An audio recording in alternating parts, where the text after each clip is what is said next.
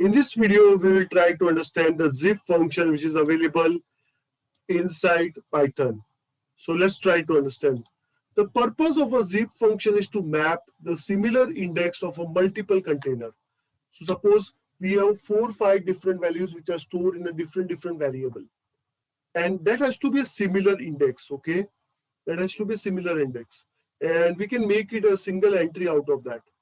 So suppose you can see the first data, which is Rama, Ramesh, Julie, and money. These are the 4 data which is a name. The second data is a roll number. And the third data is a marks. So these are the 3 data which are available and which have a similar index also. So what I can do, I can use a zip function to map all the 3 and just print in a single format.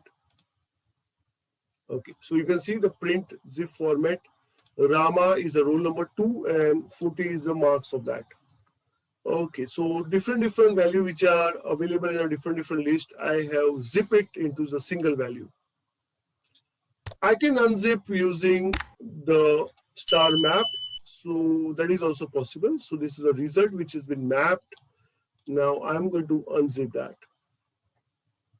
So you can see the roll number, the marks, everything is printed separately, and we got the great answer.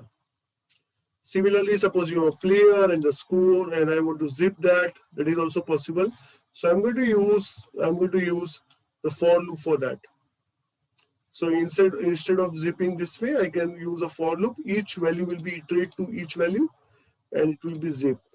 So Kohli, Sehwag, Gautam, Raina, and Dravid, all score will be zipped to the score which is given, and you can see a very beautiful representation in the zip function is coming. So zip is basically the function which map one value to other value, but that there is one condition that it has to be a similar index. Multiple container can be present in a single entity.